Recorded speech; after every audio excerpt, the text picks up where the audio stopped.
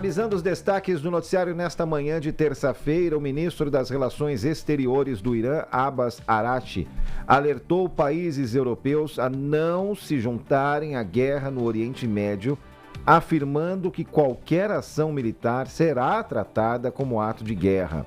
Em meio à escalada com Estados Unidos e Israel, Teherã mantém ataques a alvos na região e rejeita novas negociações. Washington, por sua vez, orientou cidadãos a deixarem países do Golfo diante dos riscos à segurança. O presidente dos Estados Unidos, Donald Trump, disse que a relação especial com o Reino Unido já não é a mesma, criticando o premier Keir Starmer por demorar em autorizar o uso da base de Diego Garcia. Londres acabou liberando a instalação para ataques contra o Irã, mas reforçou que age conforme seu interesse nacional. A tensão diplomática, claro, acontece em meio à escalada militar no Oriente Médio. Em meio à escalada desse conflito com os Estados Unidos, fecharam embaixadas na Arábia Saudita e no Kuwait após ataques com drones em meio à escalada do conflito, né? A representação americana em Riad registrou danos leves enquanto o complexo no Kuwait sofreu um incêndio.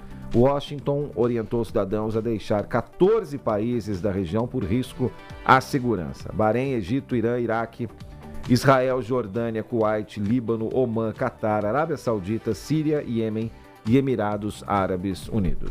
Os preços do petróleo dispararam depois do Estreito de Hormuz ter sido fechado pelo Irã, aumentando temores sobre o abastecimento global. O barril do Brent superou os $82, enquanto o WTI avançou mais de 7% nesta terça-feira. A rota é responsável por cerca de 20% do petróleo comercializado no mundo e liga produtores como a Arábia Saudita e Emirados Árabes ao mercado internacional. A escalada do conflito também afetou a produção de gás na região, ampliando a pressão sobre os preços da energia.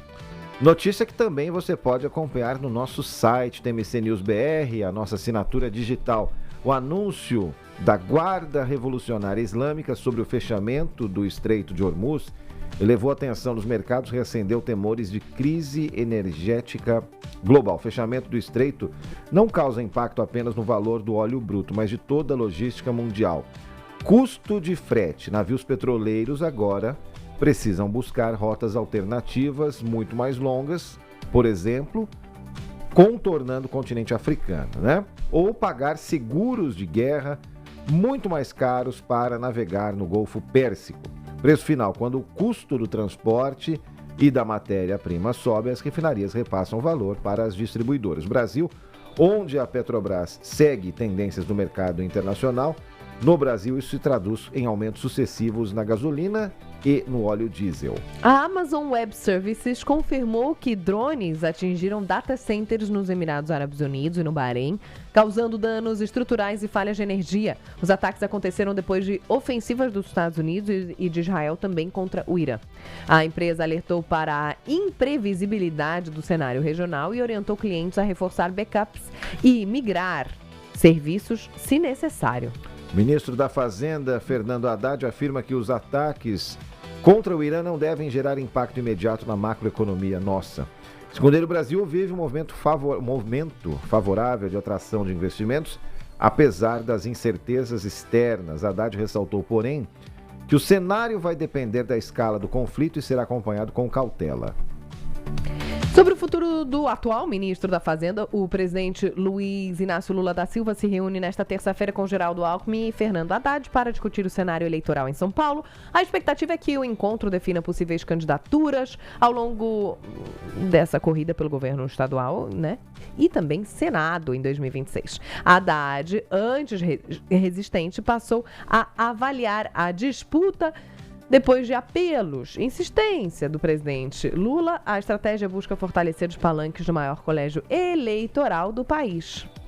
Bom, e sobre eleições, o TSE aprova novas regras para a propaganda deste ano, com foco no uso de inteligência artificial. A resolução anunciada proíbe a publicação ou impulsionamento de conteúdos criados ou alterados por inteligência artificial nas 72 horas antes do pleito e nas 24 horas seguintes. Também exige que qualquer uso de IA seja informado de forma clara ao eleitor. Empresas não poderão ranquear, recomendar ou favorecer candidatos por meio de seus sistemas. Perfis falsos e deepfakes com potencial de prejudicar o processo eleitoral poderão ser removidos imediatamente. 9:06 agora.